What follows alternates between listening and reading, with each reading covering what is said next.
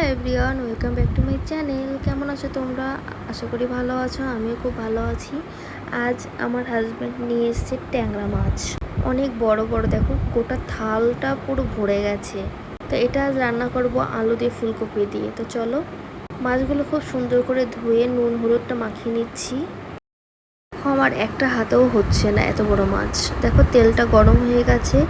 তেলের মধ্যে এখন আমি মাছটা দিয়ে দিচ্ছি। আর এই মাছ কিন্তু একটু ঢেকে ঢেকে ফ্রাই করতে হবে। তো বন্ধুরা দেখো, আমি মাছগুলো খুব সুন্দর করে ফ্রাই করে নিয়েছি। তো চলো এখন রান্না করতে যাব।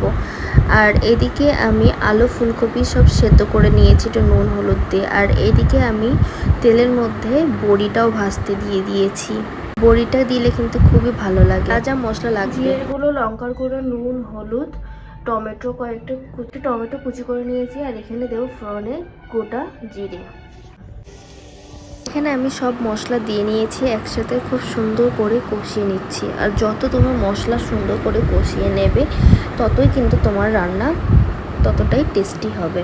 তো দেখো বন্ধুরা, মশলা আমার খুব সুন্দর করে কষিয়ে নিয়ে গেছে, তেলটাও ছেড়ে দিয়েছে। এখন এর মধ্যে আমি আলু ফুলকপিগুলো দিয়ে খুব সুন্দর করে আলু ফুলকপির সাথে মশলাগুলো কষিয়ে নেব। কষিয়ে নেওয়ার পর আমি জল দেব এখানে।